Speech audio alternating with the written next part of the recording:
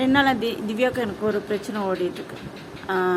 அது ஒரு பயங்கரமான பிரச்சனை. மூட் ஸ்விங்காக அது திரும்பவும் ஒருத்தவங்க மூஞ்சில் ஒருத்தவங்க முழிச்சிக்க முடியாத மாதிரி பிரச்சனை.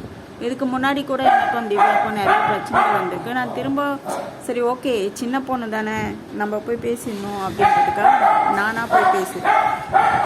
ஆனால் இந்த முறை சத்தியமாக என்னால் திரும்ப அவர்கிட்ட பேச முடியாதுன்னு நினைக்கிறேன். எந்த ஜென்மத்துலையும் எத்தனை பிறவி எடுத்தாலும் இனி எந்த ஜென்மத்துலையும் அவர்கிட்ட என்னால் பேசவே முடியாது.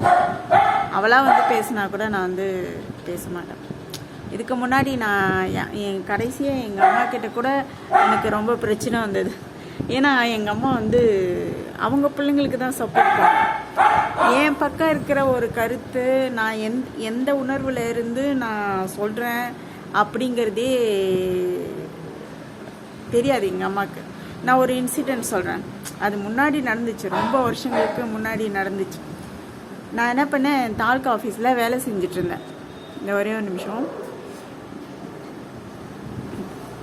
ஓகே, நான் வந்து தாலுக்கா ஆஃபீஸில் வேலை செஞ்சுட்டு இருந்தேன். அப்போ தாசில்தார் கேபினாண்ட ஒரு மீட்டிங் நடந்துட்டுருக்கு. என்னால் ரெஸ்ட் ரூம் வந்து தாசில்தார் சேம்பருக்குள்ளே தான் இருக்கும். அதுதான் வெஸ்டர்ன் டாய்லெட். ஸோ அது உள்ளே தான் போக முடியும். அங்கே போக முடியல. எனக்கு பீரியட்ஸ் டைம் வேறு. நான் இப்போ ரெஸ்ட் ரூம் போகணும். நான் என்ன பண்ணேன், அப்போ வந்து எங்கள் அம்மா வீடு வந்து இப்போ கடை கட்டியிருக்காங்க. அந்த வீடு வந்து அப்போ தான் கட்ட ஆரம்பிச்சிருக்காங்க. கட்ட ஆரம்பிக்கும் போது கூட என்னை பற்றி அவங்க யோசிக்கவே இல்லை. எனக்காக ஒரு தனியாக ஒரு வாடகை வீடு எடுக்கலை.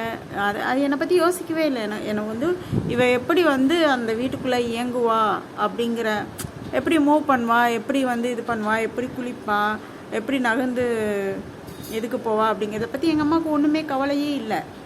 அது என்னை பற்றி என்னை ஒரு பொருட்டாகவே அவங்க நினைக்கல. நான் வந்து ஒரு உயிர், எனக்குன்னு சில விஷயங்கள்லாம் இருக்குது, உணர்வுகள் இருக்குது. நான் உணர்வுகளால் தாக்கப்படுவேன், காயப்படுவேன் அப்படிங்கிறத பற்றி எங்கள் அம்மா யோசிக்கவே இல்லை. அப்போ அப்படி இருக்கும்போது என்னாச்சுன்னா, மரம்பெல்லாம் கொட்டிட்டாங்க. மரம்பு கொட்டிட்டாங்களா, காலெல்லாம் இப்படி நகர்ந்தா வந்து கல்லெலாம் குத்துது, கல்லில் முட்டிலெல்லாம் ரத்தம் வருது. அந்த மாதிரி ஒரு சுச்சுவேஷன். நான் ஆஃபீஸ் போயிட்டு ஆஃபீஸில் இருந்து வரேன்.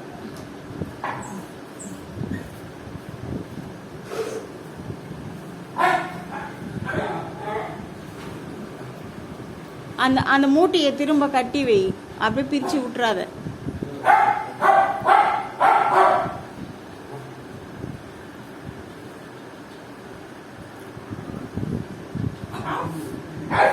அது ஏற்கனவே பிரிஞ்சிட்டு இருக்க. அன்றைக்கி நான் கட்ட சொன்னேன், அந்த மூட்டையே கட்டு அப்படி சொல்லிட்டு சொன்னேன். அதுலேருந்து எடுத்துட்டு கட்டாமல் அப்படியே விட்டீங்கன்னா கீழே கொட்டும்.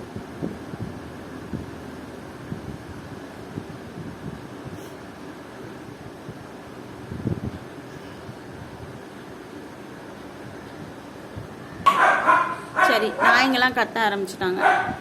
அப்போ ஒரு இன்சிடெண்ட். என்ன இன்சிடெண்ட்னா, நான் வந்து உச்சா பண்ணுறதுக்காக ரெஸ்ட் ரூம் போகிறதுக்காக எங்கள் அம்மா வீட்டுக்கு போகிறேன். ரொம்ப சிரமப்பட்டு ஏறி, அங்கேயும் வந்து டாய்லெட்லாம் இருக்காது.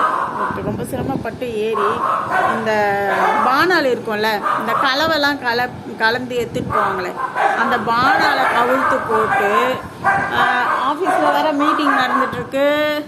எல்லா பிரச்சனையும் ஓடிட்டுருக்கு. அங்கே டேட்டா என்ட்ரி பண்ணணும், புள்ளி அனுப்பணும், இமெயில் அனுப்பணும். அப்படி தாசில்தார் திட்டுறாரு, கலெக்டர் வந்து நேரடியாக வந்துட்டாரு, அப்படிலாம் நிறைய பிரச்சனை போயிட்டுருக்காங்க.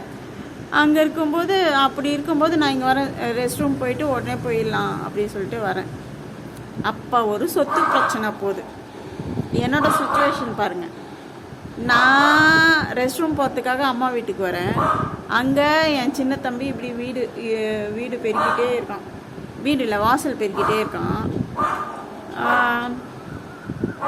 வாசல் இப்படியே பெருக்கிட்டு இருக்கான். அப்போ என்ன சொல்கிறான், உனக்கு வந்து கவர்மெண்ட் வேலை கிடச்சிச்சின்னா இந்த சொத்தை வந்து எனக்கு கொடுத்துரு அப்படி சொல்கிறான். நான் அப்போ வந்து டிஎன்பிஎஸ்சிக்கு படிச்சுட்ருக்கேன். எத்தனை வருஷமாவோ படிக்கிறேன். நான் படிக்கிறேன். இன்னும் கவர்மெண்ட் வேலை வாங்குறேன். அது விட்டுருங்க, அது வேறு விஷயம்.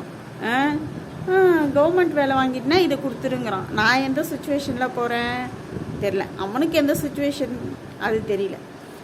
எங்கள் அம்மா அங்கே தான் உட்காந்துட்ருக்கு. கொடுத்துருன்னு சொல்லுது அதுவும் மனசார. ஏன்டா அவள் இப்படி இருக்கிறாளே, அவள் இன்னும் கவர்மெண்ட் வேலைக்கு போலையே, அவளோட எதிர்காலம் எப்படி இருக்குமோ அவகிட்ட போய் நீ கேட்குறியேன்னு கேட்கல. அவன் புள்ள, அது பெத்த புள்ள பையன் நல்லா இருக்கணும், கை கால் நல்லா இருக்குது, அவனுக்கு என்ன தான் உடம்பு சரியில்லாமல் இருந்தாலும் என்னை விட நல்லாவே இருக்கிறான்.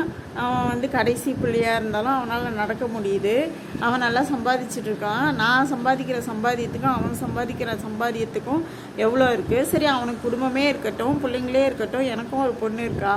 இந்த சூழ்நிலையெல்லாம் எதிர்பார்க்காம எங்கள் அம்மா அன்றைக்கி சொல்லிச்சு பாருங்க, கொடுத்துரு அப்படின்ட்டு. இன்னும் எங்கள் அம்மாவை மன்னிக்க முடியல. அதுவும் சொத்தை கொடுத்துரு அப்படின்னு கேட்கறதுக்கு ஒரு இது இருக்குது, ஒரு சந்தர்ப்பம் சூழ்நிலையெல்லாம் இருக்குது. எங்கள் வீட்டில் மட்டும்தான் ஒன்றுக்கு இருக்க போகும்போது சொத்து கேட்பாங்க கொடுத்துருன்னு. அப்போ ஒவ்வொரு விஷயமாகவும் உணர்வு ரீதியாக நான் காயப்பட்டு இப்போது திவ்யாவால் காயப்பட்டிருக்கேன்.